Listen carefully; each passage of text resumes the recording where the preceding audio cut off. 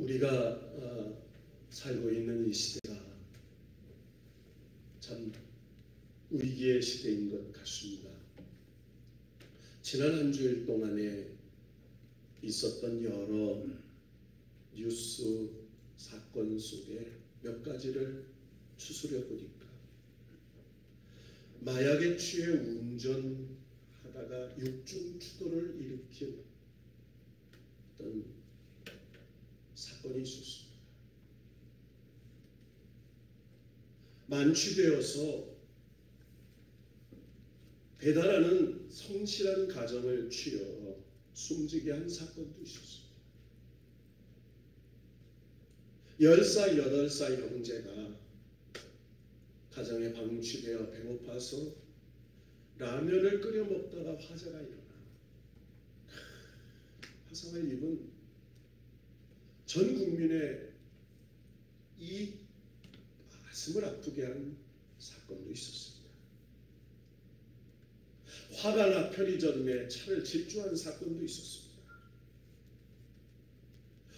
위안부 할머니들을 이용해서 선한 일을 한다고 했는데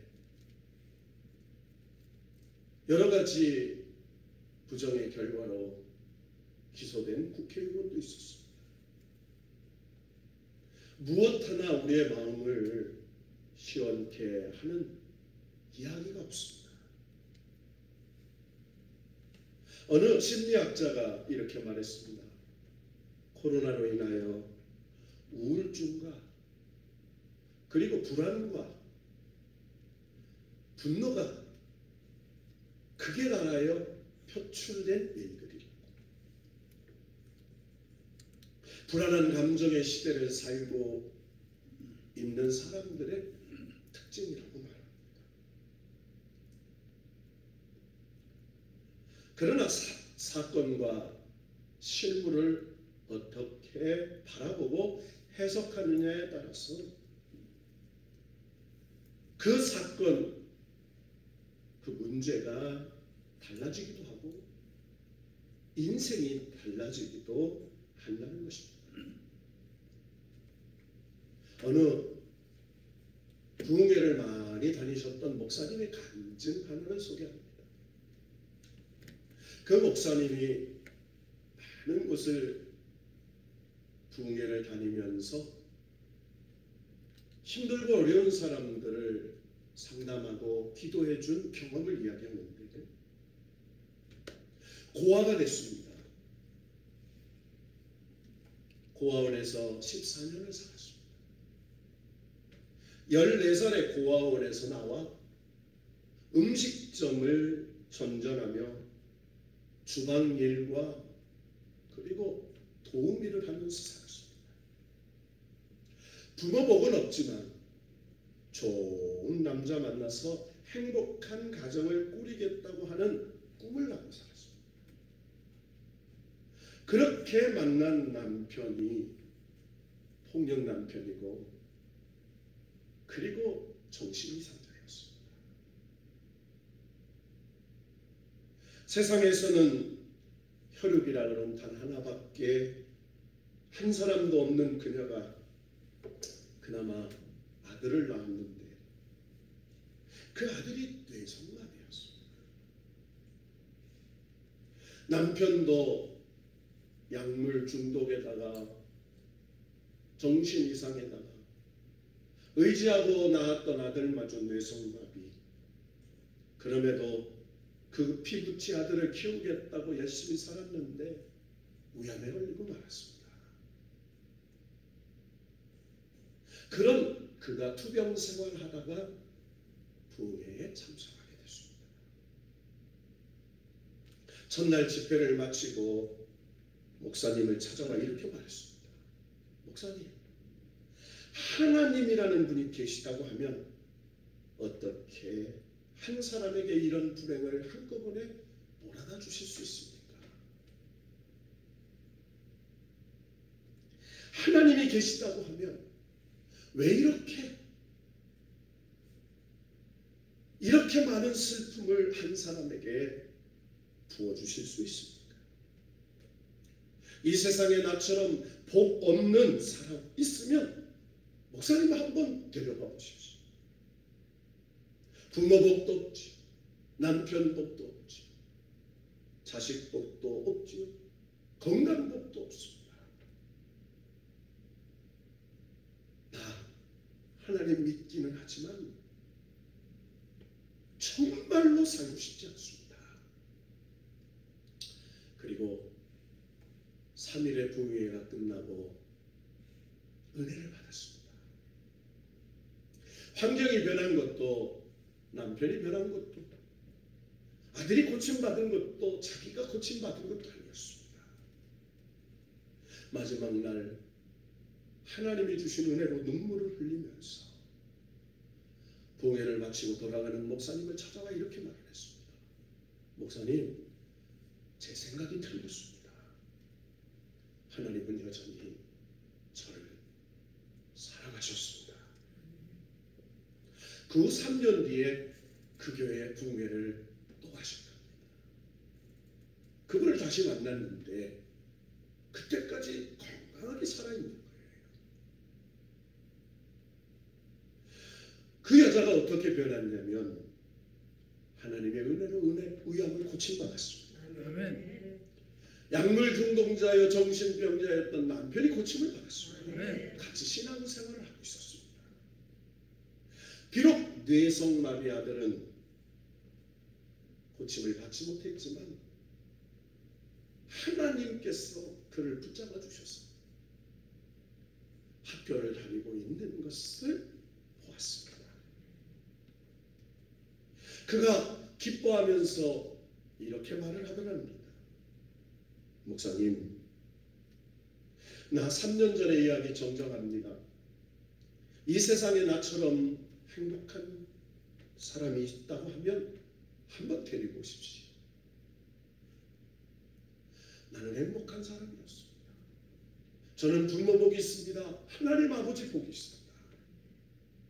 저는 남편 복이 있습니다.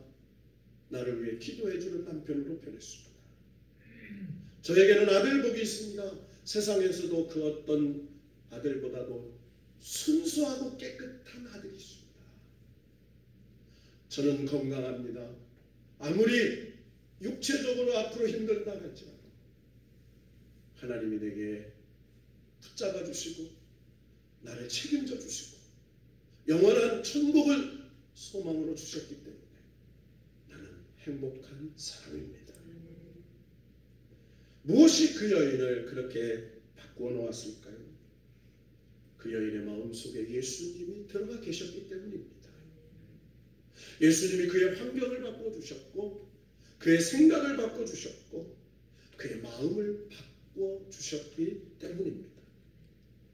우리가 시련과 고난을 어떻게 생각하느냐에 따라서 우리의 삶은 달라질 수 있다는 것입니다.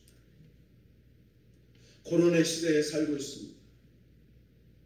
정말 언제 어디서 전염병이 올릴지 모릅니다. 언제 어떻게 내가 감염될지 모릅니다. 나에게 어떤 일이 생길지 모릅니다. 이 두렵고 어려운 시대에 하나님께서 믿음의 사람인 우리에게 원하시는 것은 무엇일까요? 사람이 인생을 살면서 순탄하게 살기를 원하나 순탄하지 못한 채 역경과 어려움과 고난에 직면할 때가 많이 있습니다. 성공하기를 원하지만 실패할 때가 있습니다. 건강하기를 원하지만 병들 때가 있습니다. 잘 되기를 원하지만 잘 안 될 때가 있습니다. 직장에서 강제로 퇴직을 가정에서 자녀들로 인하여 여러 가지 어려운 시련을 만나는 경우가 분명히 있습니다. 이때 인생의 어려움과 시련을 맞이할 때 어떤 사람은 시련과 어려움을 승리의 기회로 삼아 영광으로 이끄는 사람이 있습니다. 그러나 그 고난과 시련에 넘어져서 좌절하고 실패하는 사람도 있습니다. 이 어려울 때에 자기의 인생을, 자기의 믿음을, 자기의 시련을 승리로 이끄는 저와 여러분 될 수 있기를 주의 이름으로 축원합니다. 성경 가운데에 역경을 승리로 바꾼 많은 사람들이 있지만 그 가운데의 대표적인 사람이 요셉과 다니엘입니다. 요셉과 다니엘 두 사람의 특징은 다른 나라에 포로로 잡혀갔어. 정말 어려운 시련과 역경 속에 좌절하지 않고 오히려 믿음으로, 말씀으로, 기도로 위대한 믿음의 승리가 잡아내요. 높은 지위까지 오른 영광의 사람들이 되었습니다. 그들이 그렇게 승리하기까지 하나님의 은총이 있었고 하나님이 주시는 능력도 있었고 하나님이 주시는 역사가 있었지만 그들이 그 고난과 시련 속에서 견뎠던 하나님이 원하시는 어떤 특별한 것이 있었기 때문입니다. 오늘 우리는 코로나 위기의 시대에 살고 있습니다. 이 위기의 시대에 더 위기의 시대에 살았던 다니엘의 삶을 조명해 보면서 하나님께서 그 어려운 환경과 위기와 시련 속에 영광으로 하나님께 영광을 돌렸던 다니엘처럼 저와 여러분도 이 어려운 코로나 위기의 시대에 하나님이 인정하고 하나님이 축복하시고 하나님께 영광을 돌리는 믿음의 사람들이 될 수 있기를 주님의 이름으로 축원합니다. 아멘. 다니엘은 유다 왕 여호와김 왕 때에 바벨론 왕 느부갓네살의 침공 때 포로로 끌려갔습니다. 그는 왕족 출신이었습니다. 아름다우며 모든 재주를 통달하며 지식을 구비하며 학문에 익숙한 청년들을 바벨론 포로로 끌고 갔습니다. 그들을 특별히 교육해서 바벨론 제국의 식민지에서 끌고 온 사람들을 다스리는 사람으로 세웠습니다. 그 가운데 특별히 다니엘은 영특하고 성실하고 변함없는 사람이었기 때문에 그는 왕들의 총애를 받았습니다. 다니엘은 세 번의 정권의 그 정치적 험난한 시대에 세 번의 왕에게 총애를 받아서 총리로 쓰임받았던 사람이었습니다. 그는 15살에 포로로 끌려갔습니다. 90살까지 타국에서 살았습니다. 다니엘이 포로로 끌려가서 살았던 바벨론은 믿음 생활을 마음껏 자유롭게 할 수 있는 상황이 아니었습니다. 교회가 없었습니다. 예배도 드릴 수 없었습니다. 믿음의 동지요 기도의 동역자도 그렇게 많지 않았습니다. 사드락과 메삭과 아벳노 손가락을 꼽을 만한 몇 명의 친구밖에 없었습니다. 이스라엘의 역사 중에 가장 어지러운 시대, 신앙생활을 할 수 없는 최악의 시대, 나라가 멸망했습니다. 유대인들은 하나님이 예루살렘 성전에 계시다고 생각했습니다. 성전이 무너졌습니다. 하나님 어디 계신가? 그들의 신앙이 방황하고 혼란스러운 시대였을 겁니다. 그들이 바벨론 포로로 끌려갔습니다. 그토록 의지하고 그토록 예배하고 그토록 하나님의 은혜를 받았던 그 영광스러웠던 성전의 기업, 성전의 예배를 생각해 봤더니 다 부질없는 것 같았습니다. 그런데 성경은 가장 어려운 시대에 가장 위대한 믿음의 사람이 나오고 가장 어려운 고난의 시대에 하나님의 영광의 사람이 등장한다는 것을 우리는 발견하게 됩니다.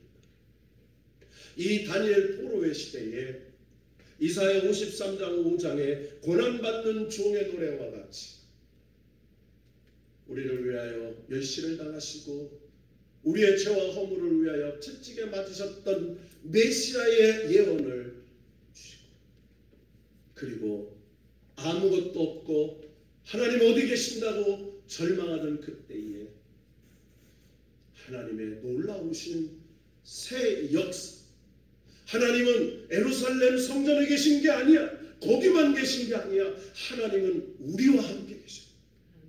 내가 힘들고 내가 병들고 내가 좌절하고 내가 넘어져 있을 때 그 자리에 하나님이 나와 함께 하셔 라고 하는 새로운 신앙의 역발상적인 전능하신 하나님을 발견하게 된 것입니다. 사랑하는 성도 여러분, 하나님은 어디나 계십니다. 하나님은 어디나 여러분과 함께 하십니다. 어디에서나 하나님과 함께 예배할 수 있습니다. 여러분의 가정에서, 오늘 예배드리는 성도들의 가정에서, 직장에서, 삶의 자리에서 성령의 영적인 연결로 인하여 우리는 하나님께 예배드리고 있는 줄로 믿습니다. 오늘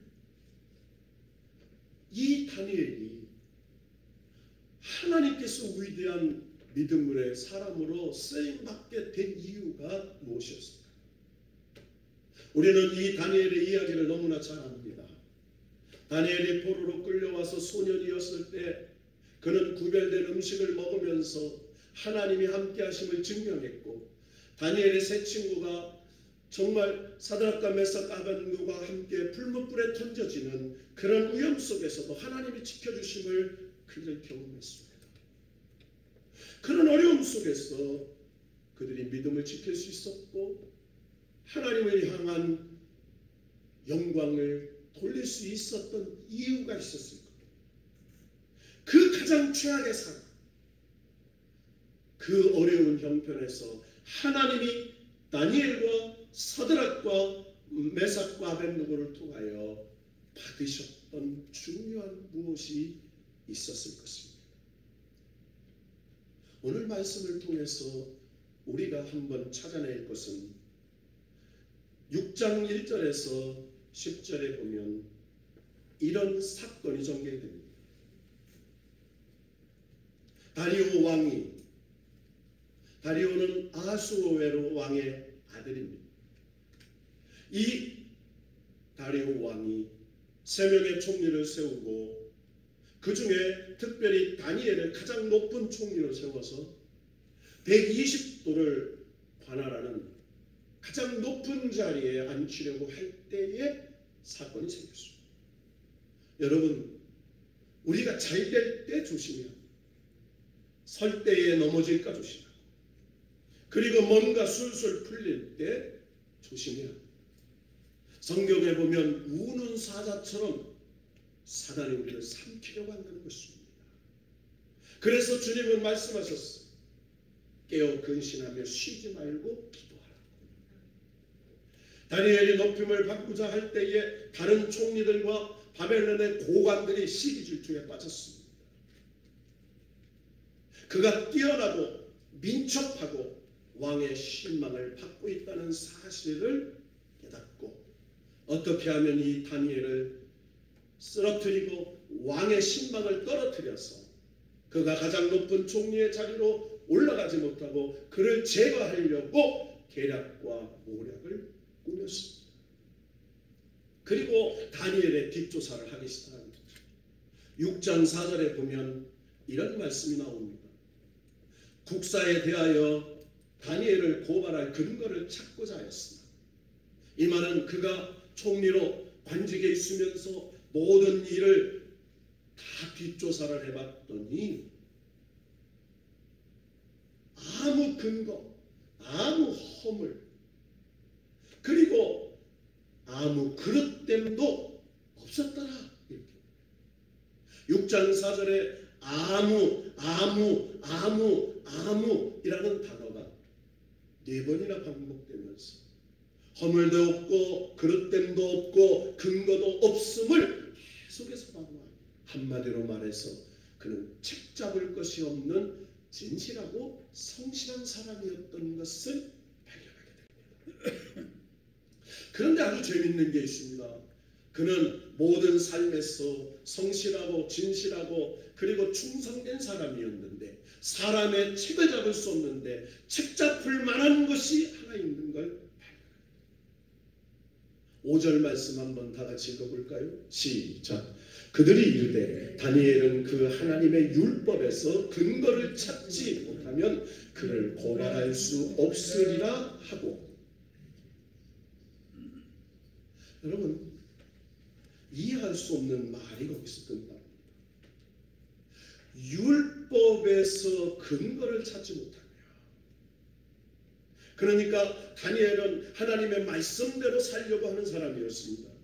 하나님의 말씀대로 그는 자기의 삶의 기준을 삼았습니다. 하나님 말씀에 흠이 없이 살려고 노력한 사람이었습니다. 그런데 이 다니엘을 모략할 총리와 다른 고관들은 다니엘을 모략할 근거로 말씀대로 사는 것이 흠으로 책 잡으려고 계략을 끊었다. 여러분 생각해 보십시오. 말씀대로 삽니다. 그런데 그게 흠이 되는 계략을 꾸민다. 이 다른 두 총리와 고관이 다니엘이 없을 때에 다리오 왕을 찾아갑니다. 그리고 왕에게 이렇게 요청을 하죠. 다리오 왕이시여, 법률을 세우며 한 금령을 정하실 것을 구합니다. 이제부터 30일 동안 이 대제국의 왕은 신적 존재와 같습니다. 30일 동안 이 나라 제국의 그 어떤 고관이나 그 어떤 백성 노예 이르기까지 왕 외에는 어떤 신에게나 사람에게나 무엇을 구하지 못하도록 법령을 세우십시오. 그 이야기를 들은 다리오 왕은 신적 존재로 인정하는 제자 이 신하들의 말에 마음이 미혹되었을 겁니다. 그 법령을 어기면 사자굴에 던지십시다. 왕이시여 법령을 선포하십시오. 그런데 그 법령은 특별법이었습니다.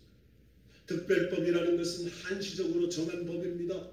30일 동안만 그렇게 하자고 요청한 법이었습니다. 총리와 고관 대작들의 속내를 알 수 없었던 다리오 왕은 그 법령에 인장을 찍었습니다. 그리고 메대와 바사와 모든 제국에 공포하였습니다. 앞으로 30일 동안 왕 외에는 신이나 사람에게 구하는 것을 할지에 사자굴에 던져지는 벌에 처할 것이다. 이 조서가 선포됩니다. 오늘 말씀 9절에 보면 10절에 보면 다니엘이 이 조서에 왕의 도장이 찍힌 것을 알고도 이렇게 나와요. 알았습니다. 뭘 알았다는 거죠? 다니엘이 믿는 하나님 앞에 예배하거나 기도하면 사자굴에 던져질 것을 알았습니다. 30일 동안만 안 하면 됩니다. 30일 동안만 기도 안 하면 됩니다. 30일 후에 더 잘하면 됩니다. 그러나 다니엘은 이 30일 동안 하나님 앞에 기도하면 그는 사자굴에 던져질 줄도 알았지만 그는 자기 집에 돌아가서 늘 평소에 기도했던 윗방에 올라갑니다. 그리고 윗방의 문을 엽니다. 그리고 예루살렘에 있는 방향에 하나님의 성전이 있는 방향을 향하여 무릎을 꿇고 기도했습니다. 그리고 마지막에 그는 하나님께 감사하였더라 이렇게 나옵니다.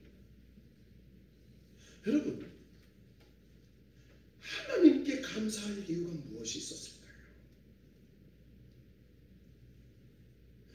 하나님께 감사할 이유가 뭐가 있어요?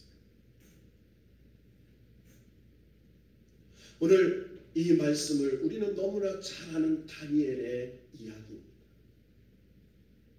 오늘 이 다니엘의 환경과 다니엘의 여건과 다니엘의 삶을 우리의 삶에 연결해 봅시다. 여러분, 참 예배드리기 어려운 시대입니다. 기도하기 어려운 시대입니다. 직장에 가기도 어려운 시대입니다. 직장에 가서 교회 다녀오셨습니까? 물으면 교회 와서 예배 드린 사람은 거짓말해야 돼요. 그리고 대면 예배를 드리면 안 됩니다. 지금 우리 예배당에 소수의 성도들과 예배 스태프들이 모였어요. 지금 국가가 정한 기준에 맞춰서 예배를 드립니다. 그리고 성도들이 가정에서 온라인으로 예배를 드립니다. 무엇이 옳고 무엇이 잘못됐다는 얘기가 아닙니다. 온라인으로 예배 드릴 수 있습니다. 어디서든지 예배 드릴 수 있습니다. 그러나 마음껏 예배 드릴 수 없는 환경이라는 것입니다. 사람들이 우리에게 말씀대로 율법의 규례대로 사는 것을 흠잡습니다. 당분간만이라도 교회 가실 수 없지 않습니까? 교회 다녀오셨습니까? 교회 다니십니까? 라고 묻는 시대에 살고 있습니다. 여러분, 이런 시대에 우리는 어떻게 살아야 되겠습니까? 여러분, 다니엘의 신앙의 특징을 봅시다. 다니엘은 믿을 수 없는 환경에서 믿었습니다. 여러분, 믿을 수 있는 환경에서 믿는 믿음은 누구나 할 수 있습니다. 믿음을 믿을 수 없는 환경. 여러분, 한번 생각을 달리 해봅시다. 지금 저 북한에는 온라인 예배를 드리고 싶어도 예배 드릴 수 없습니다. 여러분, 이슬람 나라에서는 온라인으로 예배 드려도 드릴 수 없습니다. 기도도 할 수 없습니다. 찬양도 할 수 없습니다. 그러나 지금 우리가 하나님 앞에 이렇게도 예배 드릴 수 있음을 감사할 수 있기를 바랍니다. 믿을 수 없는 환경에서 기도하면 죽는다는 걸 뻔히 합니다. 기도하면 사자굴에 던진다는 것을 뻔히 합니다. 그럼에도 그는 하나님 앞에 기도했습니다. 다니엘의 신앙의 특징 두 번째를 보면 기도할 수 없을 때 기도하였습니다. 여러분, 오늘 다니엘서 6장 10절에서 11절에 보면 그 무리들이 모여서 다니엘이 자기 하나님 앞에 기도하며 간구하는 것을 발견하고 이렇게 나와요. 문 닫고 기도할 수 있습니다. 한 달 동안 후에 기도할 수 있습니다. 숨어서 기도할 수 있습니다. 그러나 다니엘은 그렇게 하지 않았습니다. 기도할 수 없는 중에 창문을 열어놓고 하나님이 예루살렘 성전이 있는 곳을 향하여 기도했습니다. 여러분, 성전에만 하나님이 계신가요? 아니에요. 성전에서 함께 성도들과 함께 백성들과 하나님께 예배를 드렸던 그 은혜의 과거를 회상하면서 예배를 드립니다. 사랑하는 성도 여러분, 지금 가정에서 예배 드릴 때에 우리 함께 하나님 앞에 예배 드렸던 은혜를 회상할 수 있기를 바랍니다. 그리고 우리는 영적으로 서로 성령이 연결해 주셨다고 믿을 수 있기를 바랍니다.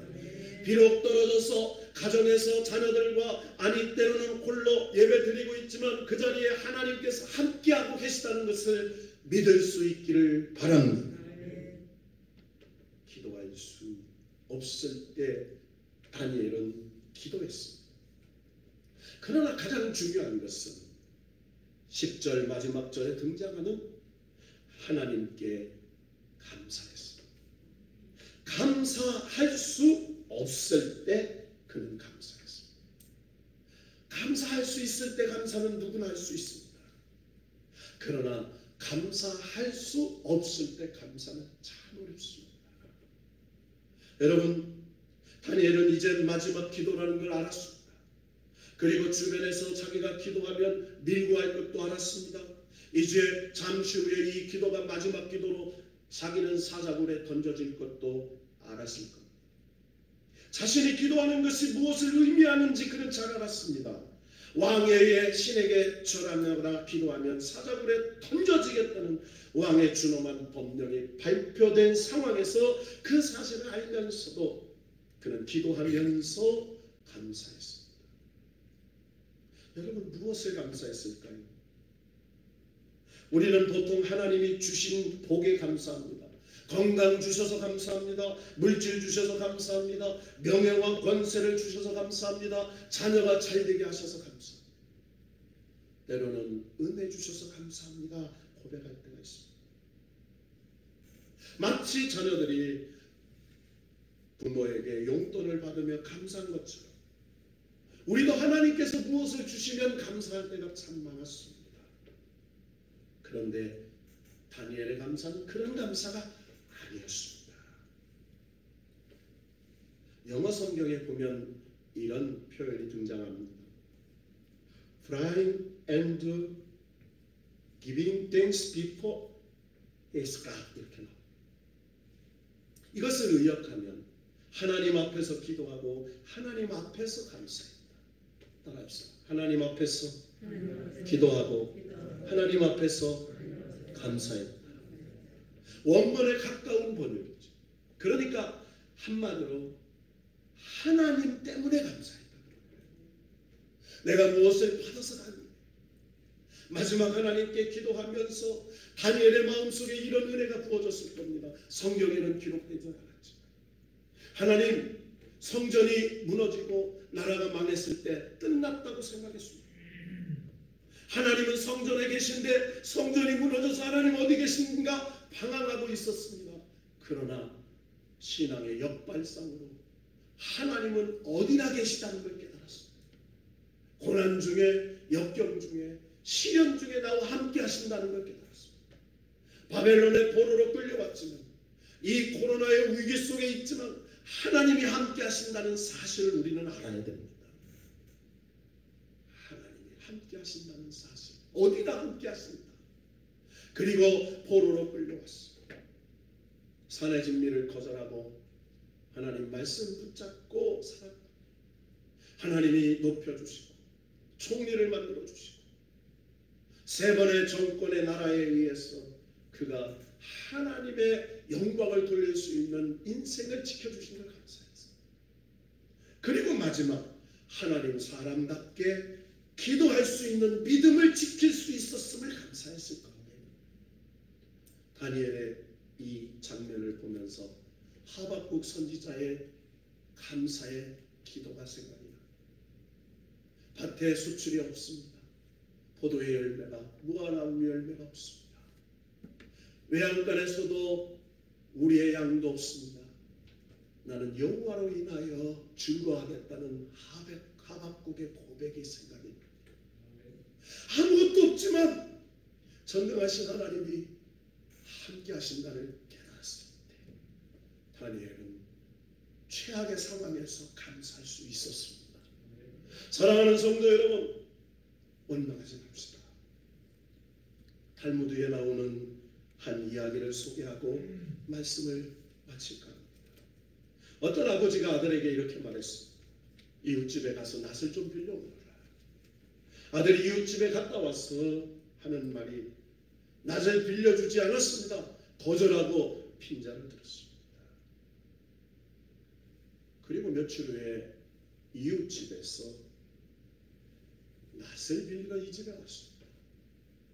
거절했던 사람이 낫을 빌리러 왔습니다. 아버지는 아들에게 이렇게 말했습니다. 웃으면서 낫을 빌려주라. 이때 아들이 아버지에게 항의를 했습니다. 아버지, 며칠 전에 저 집에서는 빌려주지 않았는데요. 왜 우리는 빌려줍니까? 그때 아버지가 세 가지의 지혜로운 교훈을 말해주었습니다. 아들아, 내가 빌려주지 않았기 때문에 우리도 빌려주지 않는다면 그것은 복수다. 너는 빌려주지 않았지만 그럼에도 불구하고 우리는 빌려준다고 강조하면서 빌려주면 그것은 증오다. 거절당했다고 하는 것을 다 잊어버리고 아무 상관없이 깨끗한 마음으로 그저 그 집에 낯이 필요하니까 빌려주는 것이 바로 국률이다. 사랑하는 성도 여러분, 우리는 인생을 살면서 이 세 대답이 중요합니다. 여러분은 어떤 자세로 살고 있습니까? 범사에 복수하는 마음으로 살고 있습니까? 아니면 증오하는 마음으로 살고 있습니까? 아니면 원망과 이 코로나 위기의 시대에 우리는 복수하는 마음, 증오하는 마음, 원망하는 마음, 불평하는 마음이 아니라 하나님 앞에 오히려 감사하는 마음으로 살게 합니다. 이 코로나 위기의 시대에 말씀 붙잡고 가정에서 예배 붙잡고 그리고 기도하면서 감사하며 살면 하나님이 화가 복이 되게 하시고 역경과 위기가 축복이 되게 하시고 그리고 고난과 시련이 역사가 되게 하시는 하나님의 은혜가 사자굴과 같은 우리의 삶 속에 임마누엘 하나님이 함께 하셔서 여호와 니시의 승리를 가져다 줄 줄로 믿고 믿음으로 전진하는 저와 여러분이 다니엘과 같은 신앙으로 살기를 주의 이름으로 축원합니다.